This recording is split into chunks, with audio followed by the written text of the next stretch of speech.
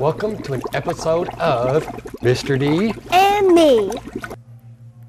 Today, we are going to talk about the force. Mr. D, the magnetism force. You can't just trick these people up like that. I'm sorry, I'm a Star Wars fan, okay? Get over it. All right, today we're going to talk about the magnetic force. For example, Maddie, I'm going to give you a magnet. Now, inside this plastic handle, there is a bar magnet. You just can't see it because it's in the bar. Now, you all know that magnets are used everywhere. For example, at home, you probably use magnets to put your artwork or your good schoolwork on your refrigerator. Well, there is much more to a magnet than that. Today, Maddie and I are going to show you what's behind the force. Maddie, for example, I'm going to put two magnets beside each other. Get your magnet right there, Maddie, and let's put them together and see what happens. Let go of it. Now, pull it apart, and we're going to do it again. Watch. As if it magically attached. Well, my friends, that is not magic. That is what happens when two magnets interact with each other.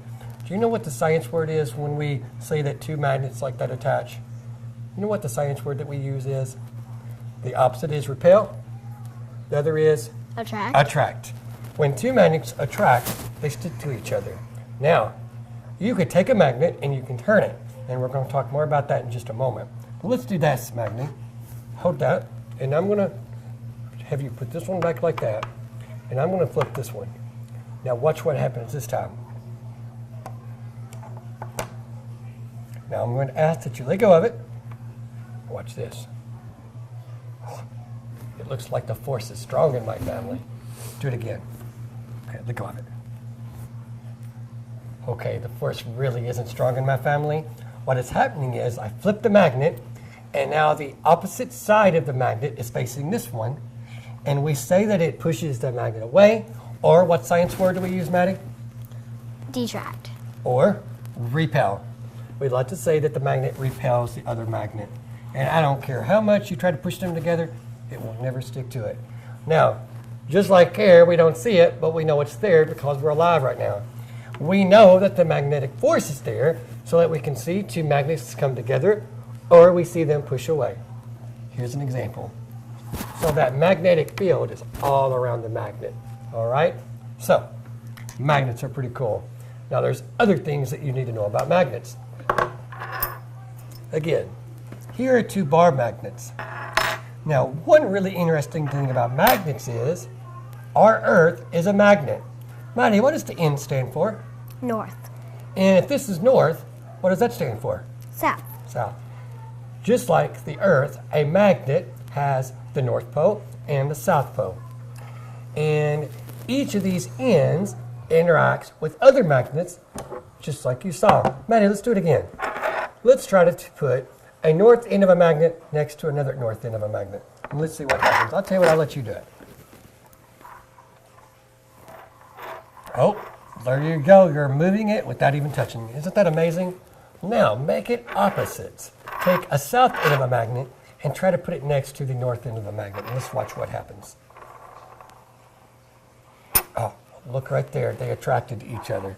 So, in magnets, opposites really do attract.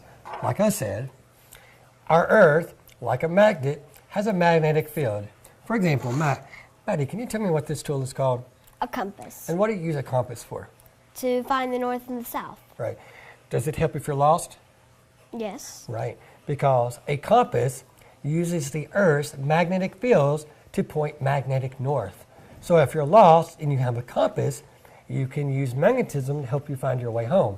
For example, Maddie, take this magnet and place it underneath the compass and watch the hands of the compass and watch what happens. See how the hands of the compass move?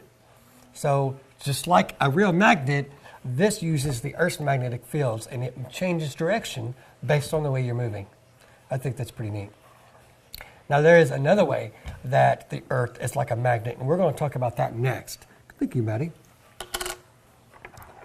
Now, if you guys have ever heard a story of maybe someone dropping their keys in a hole and they're not able to get them out, well, you have a problem.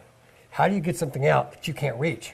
Well, if you use a magnet and some string, and if those keys are made of a metal that attracts to a magnet, you've solved your problem. Now right here, I have a collection of objects. Just random things. Now, in nature, things that are magnetic are called magnetic. Things that are not magnetic are non-magnetic. They don't stick to a magnet or attract to one. For example, let's look at this collection of objects. We know that, of course, magnets are attracted to other magnets. We know that a compass is attracted to a magnet. But let's look at this collection of items here. Gracie, Maddie, can you classify these objects based on what you think are magnetic and non-magnetic? Can you make a prediction really quick and sort them into two groups?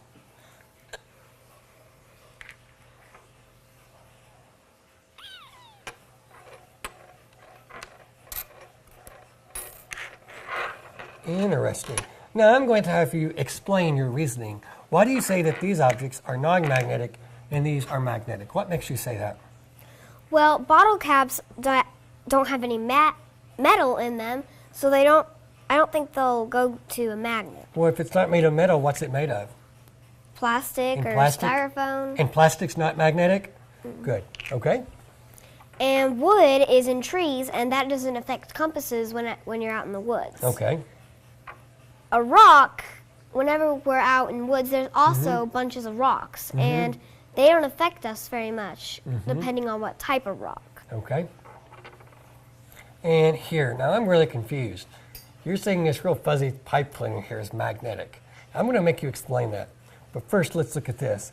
I want you to test your different things. First, I want you to test that iron nail and see if it's magnetic. Well, everything stuck to it at one time. Well, there you go. So we know that that was magnetic. Good job. Test the paper clip. Oh, another object made of metal. So we now know that metal objects are attracted to magnets. Try the pipe cleaner right there. Now, I'm confused. All right, how is it that this little furry thing sticks to a magnet? Why is that? Well, this little furry thing has metal inside of it that allows it to bend, and so metal is attracted to magnetic forces. Nice. So it's not the fur that's attracted to it, it's the metal that holds it together, right? You're a genius. All right, try the penny. Oh, hold on now. What's going on here? I thought we said that everything made of metal attracts to a magnet. What's going on here? Do you not have the force in your family, Maddie? Is that the problem? No. What's going on here? I thought the force was strong with you. Actually, I know what the problem is. Not all metals are attracted to magnets. For example, this penny is made of a type of metal called copper. Copper is non-magnetic. So if you try to place it to a magnet, it's not going to work. But because Mr. D? copper is non-magnetic. Yes? I don't get it. I thought copper could bend. Why can't pennies bend? Well, that's because when they make a penny, they don't just make it with copper. They mix it with other types of metals, and the other metals are stronger. So they make it stronger so that when you put it in your pocket, it doesn't get bent. So they make it stronger by adding other metals to it. So not only technically is it made just with copper, it's made of other stronger metals too. Good question. All right, so here you say that these objects are all non-magnetic.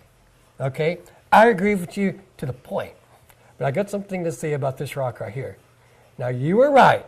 This rock right here is non-magnetic. You can see that, it's very obvious. But sometimes if you go outside and you're lucky, you might find a rock that sticks to a magnet. Now what's cool about that?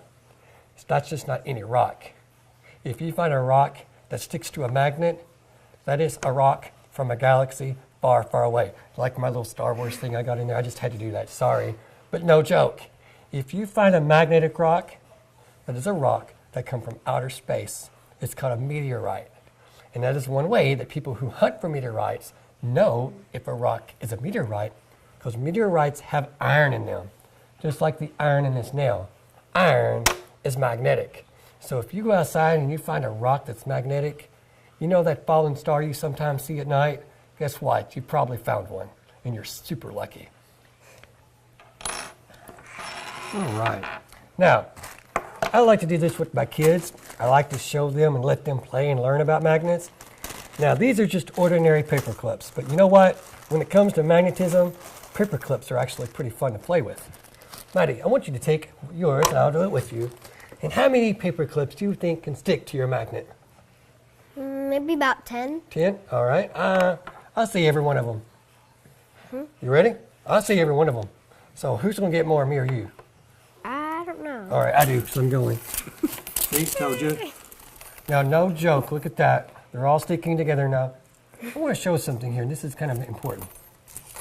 Take them off really quick. I just noticed something.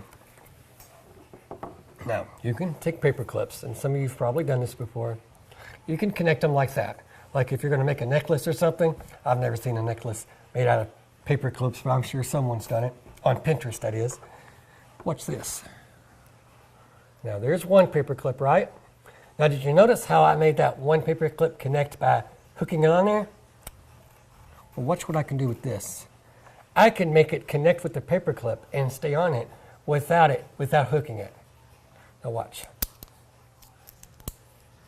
All with magnetism. Okay, you ready? Okay. Now, it may not work the first time. It's like sometimes you got to give them like an electrical charge. You got to give them a magnetic charge for this to work. We'll see. Right there. And if you zoom in on that, you will see that that is not hooked on there. It is actually sticking to the other paper clip. That is because that magnetic field that's coming from the magnet is going through this paper clip and this one, and it's that strong, and that this paper clip doesn't need to stick to the magnet. That magnetic charge is going through the first one, so it's able to hold on to it. Now let's see if I can make it. Let's see if it will keep that magnetic charge when I take the paper clip off. You think I can do this? You think it's going to stay on there? Let's watch. Look at that. Both of those paper clips are magnetically charged. Now, to prove that it's not hooked on there, Maddie, pull it off. Just like that. My friends, that is the magic and the best part about magnets. It's something cool like this. Now, I'm going to move these over. And I'm going to put a magnet on the table because Maddie just reminded me of something else that's really cool about these magnets. And it's actually a trick you can do someone at home. You can tell them the force is strong with you. And you can trick them and make them think you're a Jedi, not a Sith. Sith are bad. Now we're going to put that right there.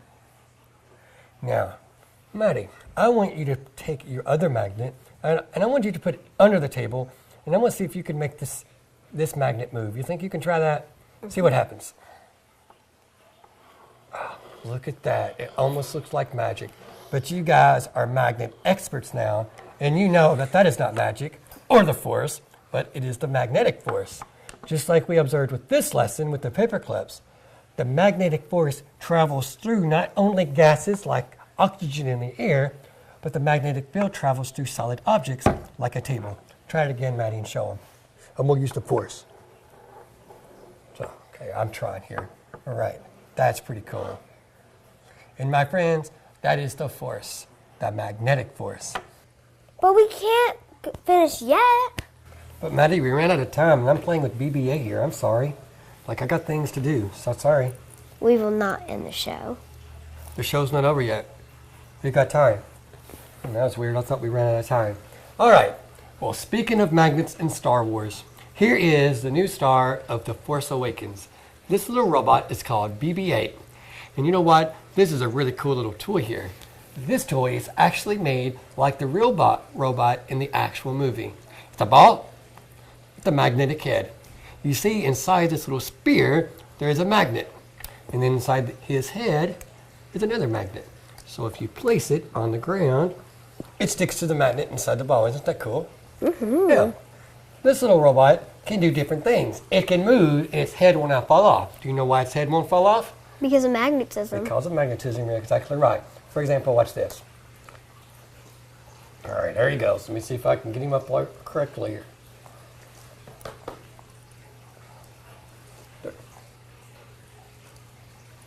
There he goes. All right. Hey, BB-8, could you walk around there? Can you walk around? Oops, I'm going to give him a complex. BB-8, can you roll around the room a little bit? Whoa, he's excited. All right, and then when we're finished, BB-8, can I use you to play baseball? Okay, that was just a joke. I wasn't serious. All right, BB-8, I'm going to help you roll around the room a little bit, okay? Here you go. Isn't that amazing? And look, that head is not coming off because of the magnet inside that. That's so cool. And if you watch the trailer, you will actually see it moving just like that. Isn't that amazing? Mm-hmm. Cool stuff. It can even do a little dance. Check this out. Watch this. How about that? All right. And my friends, that is magnetism and the force. Cool stuff. What are you doing, Maddie? What are you doing? I didn't know you were a Sith Lord. May the force be with you.